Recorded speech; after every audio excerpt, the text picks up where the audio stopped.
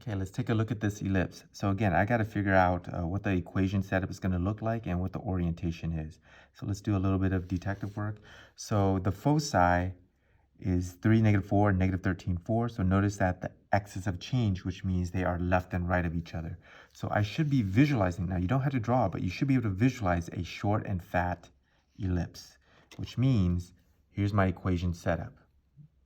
Okay, where a, the bigger number, is underneath x because it is short and fat. X is sort of like my main major axis, and then b goes underneath y, my minor axis. Okay, so whenever I give you 2 points that are both foci or both major vertices or both minor vertices, that's a lot of information.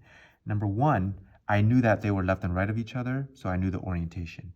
Number two, if I find the midpoint of that, I can also find the center. So midpoint, so if I average these two, add, then divide by 2, that's going to be equal -5. And then my y value, if I average them, it should be exactly the same, -4. So the second thing I could find is the center.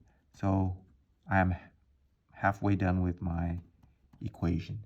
And then the last thing that I could figure out after the orientation in the center is I also know letter C. By definition, C is the distance from the center to the foci. So let's figure out how far -5 is away from 3. That should be 8.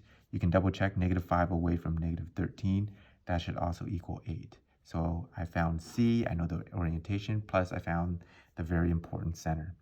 So now it's just a matter of figuring out what A and B are, and then I'm pretty much done with my equation. Okay, so now that I have the center, I notice that my minor vertex, okay, has a y value of 2, and this is -4, so the distance between these two would be 6, okay, which means that's the letter B. Again, by definition, B is the distance from the center to the minor vertex.